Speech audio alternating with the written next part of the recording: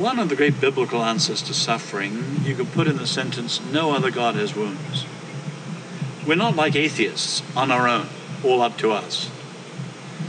We're not like the Eastern religions where there is no God. It's an impersonal ground of being.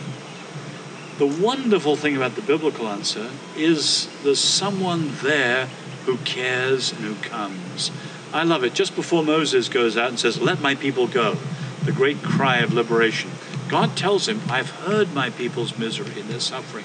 I've listened to their cry and I've come down. And the supreme Old Testament example for the Jewish people is the suffering servant.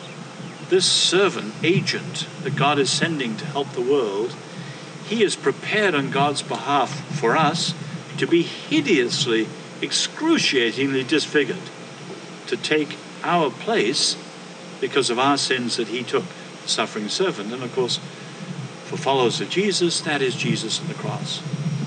And you look at the torture that Jesus went through, let alone all that he did to take our sin, and you simply say, no one can go so low, but God hasn't gone lower still for us. I was saying to you this morning that Dostoevsky, he meditated on the great painting by Holbein, The Descent of the Cross, for 3 hours on his search for faith. And at the end of it, he said the famous words, I don't know the answer to the problem of evil, but I do know love. And people have been terribly abused or tortured or experienced any awful type of suffering, and there are many varieties, sadly. That's one of the great things about the gospel. Henry Nouwen says this.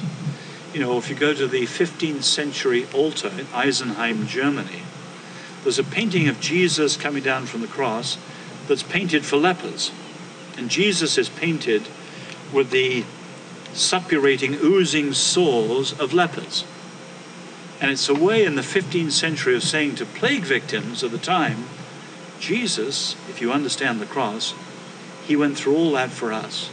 So there's nothing we can go through he hasn't gone through at a deeper level for us, so you can trust him. John Stott says, the great English preacher, I'm not sure I could trust a God in a world of suffering who had not himself suffered.